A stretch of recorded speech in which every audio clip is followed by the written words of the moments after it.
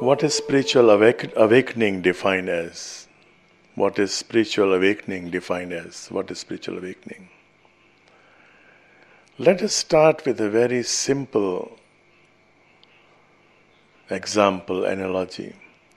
I was listening to a talk by a Jain Muni. Have you heard of Jains?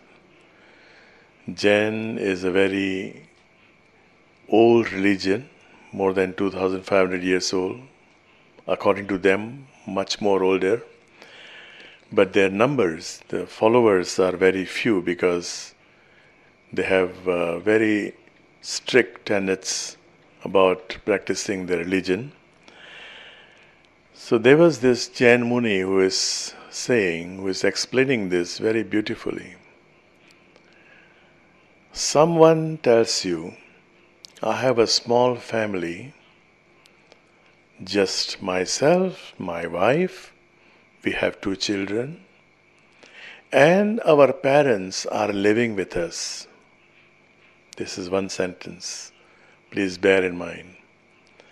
I have a small family, my wife, 2 children, and our parents, my parents, are living with us. This is one line, one case. Another case is, I have a wife, I have 2 children, and we are living with our parents. First one is spiritually sleeping. The second one is spiritually awakened. Very simple. Don't go for complicated, sophisticated examples, answers. Very simple. Where your I, your ego, is not rising, where your ego is subdued, that is spiritual awakening. The first instance, our ego is very much there. My parents are staying with me. If you are parent, if you are mother or father, I don't think any one of you would say these words, our children are staying with us. I don't know. Maybe it's becoming fashionable now to say those words. But the parents, they don't feel burdened by it. Whereas we are burdened by our parents.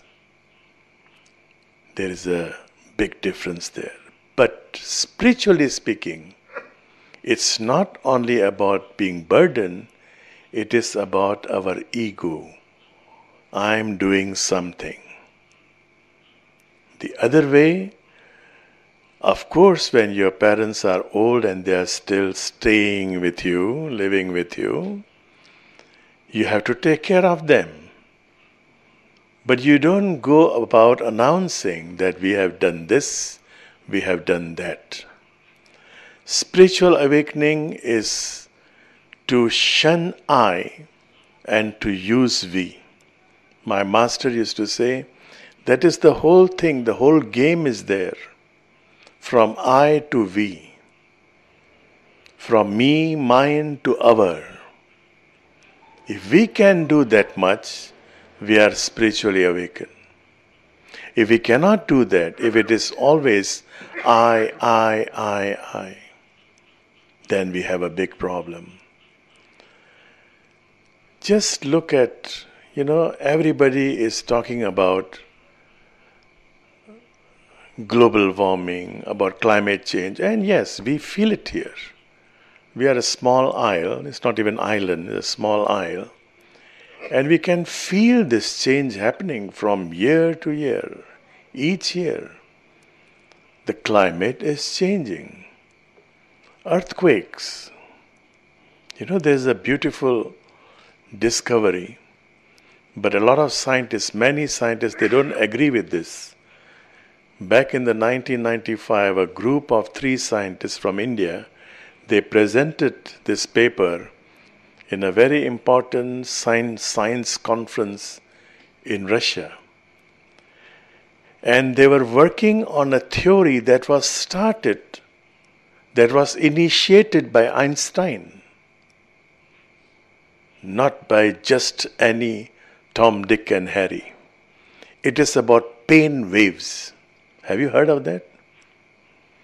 When we are slaughtering animals, when there is violence, if it reaches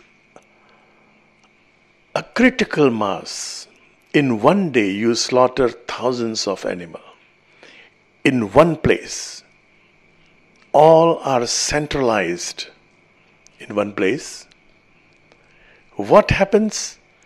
The study shows there will be pain waves arising from these dead animals, and these pain waves will create a resonance, some reaction from the environment, including earthquakes. So the question is, many scientists don't agree with this theory, even though it was initiated by Einstein, and these three scientists are just working on a study by Einstein. They named it BIS, B-I-S, it's a very technical term. I forgot it. I was just reading about it. What happens? Some scientists are asking, what happens to places like United States? He mentioned some places in United States where every day they are slaughtering so many animals for consumption to supply to all these restaurants and food stores, food stalls. What happens? Why there are no earthquakes there? He has given some studies, some places, but they are asking what happens to places like United States, where the consumption of meat is the highest to this date. There is no answer given, but the answer is there. If it is happening in a place where it is not prone to earthquakes, it may take longer. The critical mass may build up in a longer period of time. But if it is being done in a place like Bali, this small isle,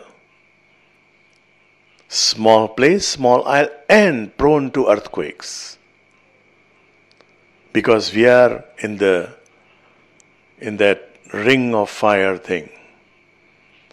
So when we are prone to earthquake, there is a small trigger, the critical mass is reached. If we are living in a place that is not prone to earthquakes, you are not in the ring of fire, it will happen. It will certainly happen, surely happen. But to reach critical point, critical mass, it takes a longer period. So we have to understand this. Those people who are simply, immediately rejecting the theory, they are not awakened yet. They are slumbering. They are sleeping. If you are awakened, you will try to understand it. You will not immediately reject it. This somehow, the scientists who presented the paper in Russia, they did not put this point about being prone to earthquakes. So I am sharing with you my own discovery, my own finding, which to me makes a lot of sense, because all the case studies that he is giving and where this thing is happening, some places are not prone to earthquakes, and so it's not happening. Some places are prone, so it is happening. So we see all these earthquakes happening, and from my understanding, before the slaughter happens, we are already piling up cattle to be slaughtered a month later. Thousands and thousands of cattle, tens of thousands, are being piled, are being fed, fattened to be slaughtered later, and overfed to ensure that they weigh more. The weight is more a month later. They don't care if these cattle are suffering on account of overfeeding. They don't care. As long as within 1 month their weight increases so that they can fetch better price. So from 1 month, 1.5 months, sometime from 6 months, there are people who are supplying for certain rituals everywhere in the world. Nepal also, we just heard, even Nepal. A country that is associated with Hindu Dharma, every year there is a festival and they slaughter thousands and thousands of cattle.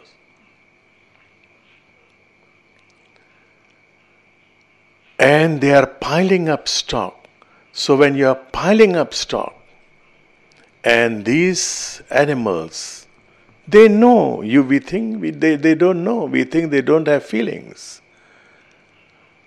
I used to do, when I was young, I used to run a slaughter. I was not running a slaughterhouse, but I was a shareholder in a slaughterhouse. I am ashamed to share with you this. But I didn't have money. I had very little money, and there comes this man. He says, "Do you want to invest something and the return is good?" I was thinking, and I was stupid enough to think that, okay, I am not engaged in killing the animals, and anyway the company is running. I am just putting some money. I am just investing some money. But at the end of the month, as I received my payment, my first installment of the profit, and they were giving the dividends on monthly basis, and I was not the only shareholder. There were many. As I received this first installment, I told the major shareholder, let me visit the slaughterhouse. And I visited the slaughterhouse. I said, look, I'm not going to be part of this. The cattle were being exported to Java from Bali, and they were stuffed, they were really literally stuffed into trucks, open trucks, and it takes more than 30 hours for the truck to move from Bali to Java. A bus will take about 28 hours, more than 30 hours, because the truck is overloaded, and all these animals are standing.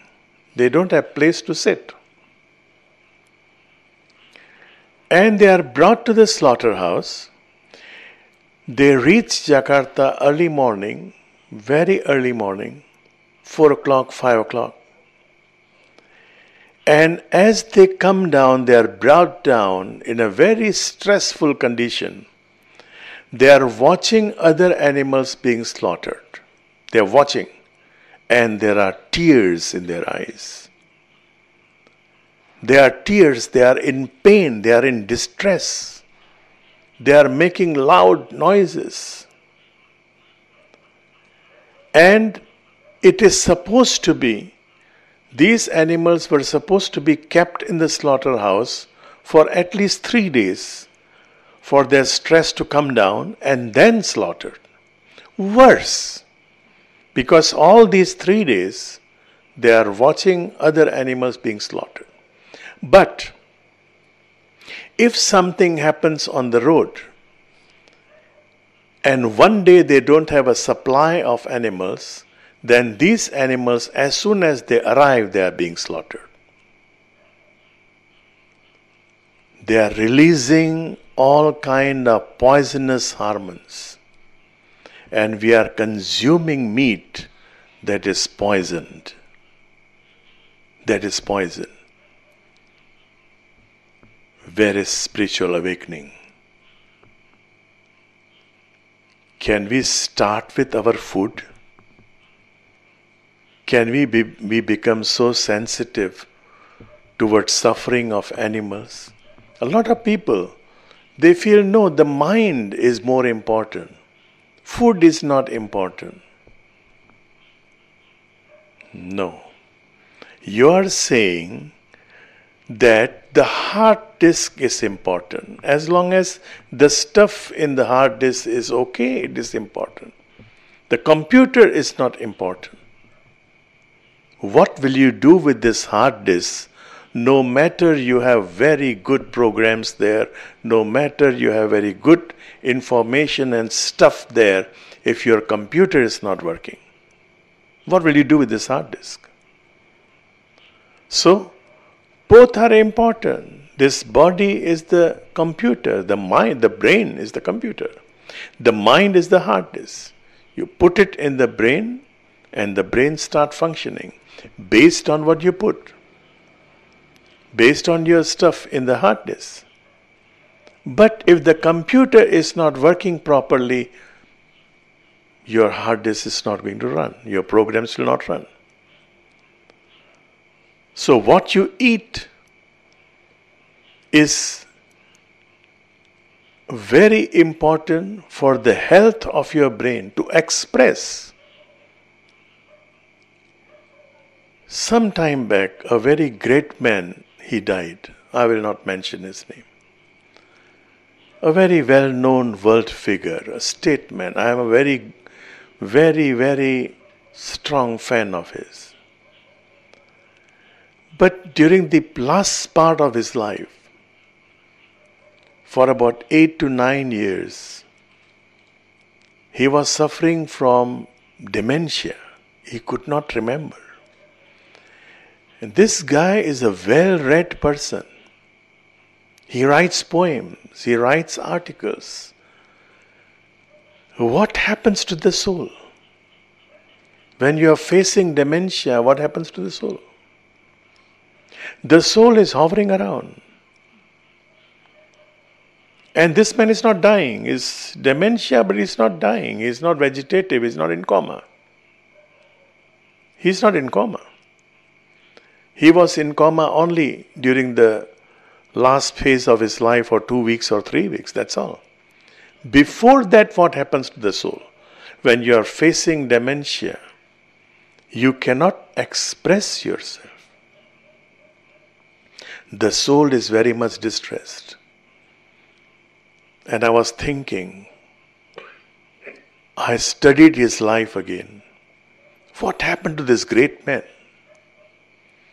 I'm trying to read between the lines his biography, his writings, and I found he made a very big mistake when he was young, when he was about 40 years old.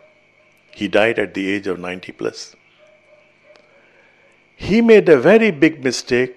He was into politics and he made a big mistake.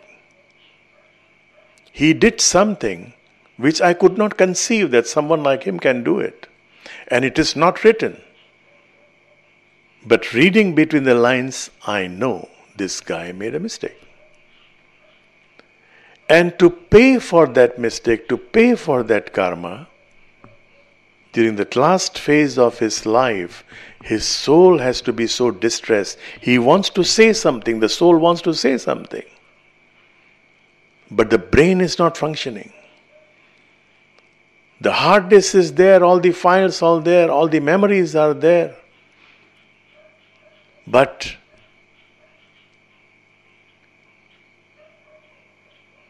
the brain is not supporting. And he died, he must be in a very much distress. But his master, his guru, did something which he never did to anybody.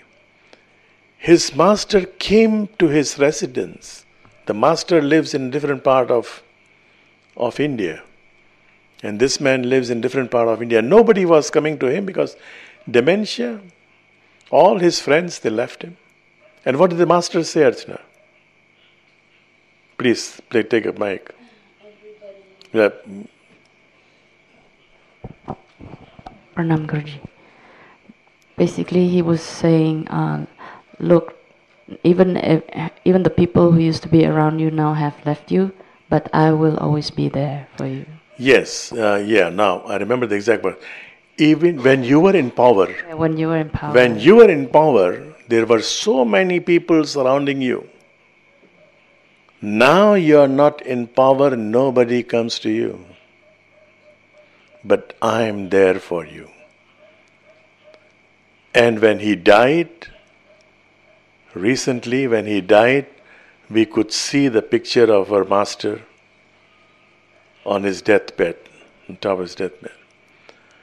So he settled the bad karma. The bad karma he did 40, 50 years ago, he paid for it. He paid for it. Spiritual awakening is to understand, to learn from these lives, so that you don't have to repeat the same mistakes. So that we don't have to repeat the same mistake, so that we don't have to go through the same experience. You know, there is a politician presently, I am very great admirer. I used to admire him, now no more. Same thing he is doing. People who helped him to rise to become what he is today, he is forgetting them, being ungrateful.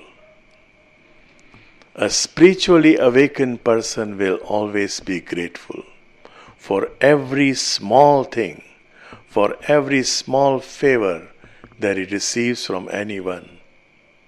A spiritually awakened person will not forget to give credit to anyone. There was a man, a great man, Avadut. Nowadays people use Avadut, people use the words like Guru and Sadguru and mentor, Acharya, all kind of words they use, all kind of titles they use. But the original Avadut, thousands of years ago, Avadut means one who has transcended all kind of social bindings. His name was Dattatreya. And he writes, he gives his experience. I have learned from so many gurus, from ant, from insects, from animals. And one point that he says is really very valuable. I have even learned from prostitutes. He does not mention the word prostitute. In Sanskrit he used a different word. But the meaning is, I even learned from prostitutes. What is he trying to say? Can you read between the lines? He is brave enough to say, look, I have been to prostitutes also, and I have learned some lessons from them. We are not brave enough. We are not brave enough. We are so egoistic. A lot of times we quote someone. We quote someone without giving any credit. Just give a credit line. No. Our ego is hurt to give a credit line. I must show that this is my original idea. This is spiritually dead person. Spiritually awakened is down to earth, but he doesn't have to go through programs like grounding and earthing. You know, there are so many programs now. Grounding has become very, very common word now. So someone has created another word, earthing. It has taken billions of years from amoeba to become human being and to stand on our 2 feet. Do you know what does that signify? We are already defying the law of gravity.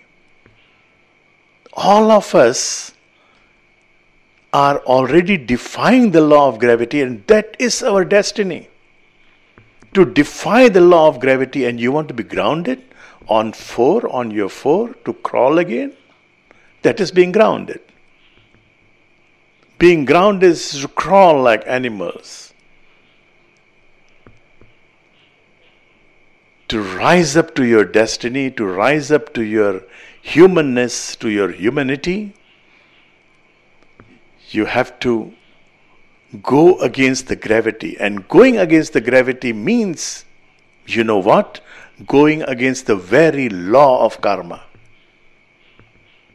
As long as you are grounded, you are earthed, or you are earthing, grounding, all these terms, as long as that, you are not defying the law of gravity, you are bound by the law of karma. Action, reaction, action, reaction.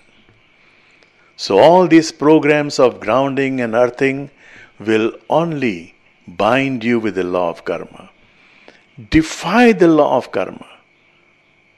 A lot of people, they study about law of karma, about reincarnation with the hope that my next life would be a better one. But that is not what reincarnation, what law of karma is about.